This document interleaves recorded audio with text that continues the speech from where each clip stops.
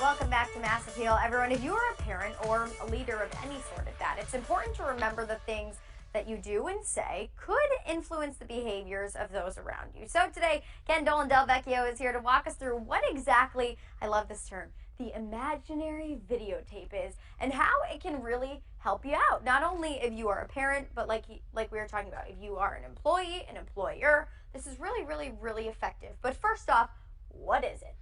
Well, it's really all about self-awareness. People are so busy these days. You've got to get stuff done.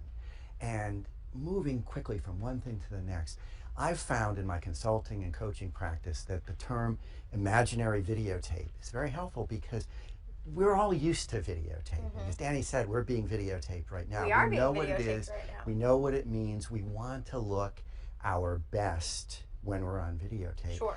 And so if we think about going through the day when we come to work, imagining what the videotape looks like, it helps us to pay attention to what we're saying, how we're saying it, how we're interacting with others, and keeping track of what the likely impact is of the way we're coming across.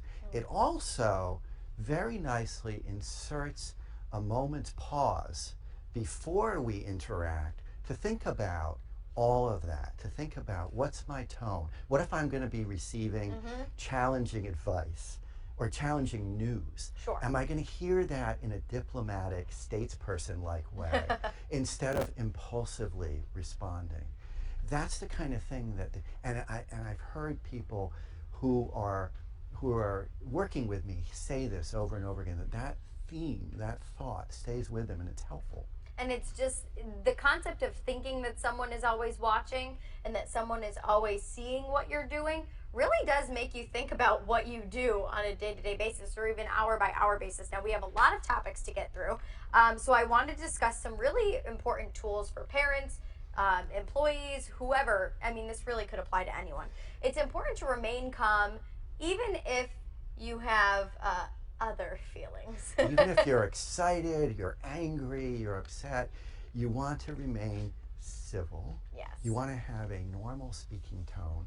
You want people to be responding to what you say, not the fact that you're intimidating or you're scary.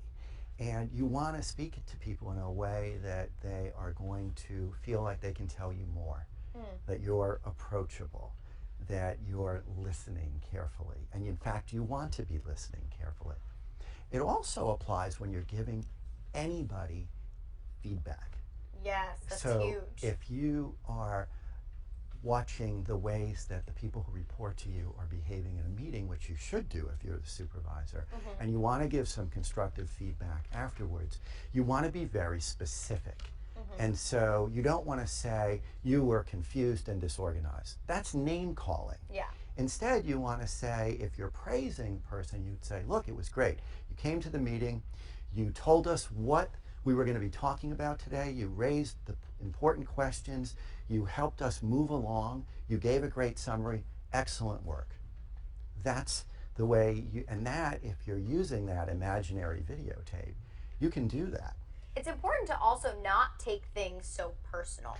If you know it's from a business standpoint or for a company or even as a parent, don't take things so personally, even if, I mean, I take everything personally sometimes, but it's hard not to. But it's important to know that, don't do it. If you give yourself that little bit of distance, and that's a good word to use. Yeah, that is to just say to yourself, distance. If somebody's saying something that is evoking a strong reaction, or it feels like an arrow to your heart, it's just work. It isn't that. Even though sometimes we work, a lot of people work 40, 50, 60 hours a week. They're at work more than they're at home. But it really is important to have that extra dynamic of your work life and your home life. So you can leave work at work and then just have home at home. Well, being away from work refreshes us. Hopefully we're doing things that are energizing, that are recharging our batteries. And again, when you're with your child, you want to give very specific feedback. You don't want to say things like, you're always interrupting. You behave like a little monster. Even though you want to say that. Because it's name calling. And, and it also is not at all helpful. If you say, when Susie was speaking, she was in the middle of a sentence and you jumped in, and how do you think she felt about that? Then, using that convention again of the imaginary videotape, you're asking the person to reflect on what was the impact of your behavior. What would you like to do next time? Why don't you let her just finish?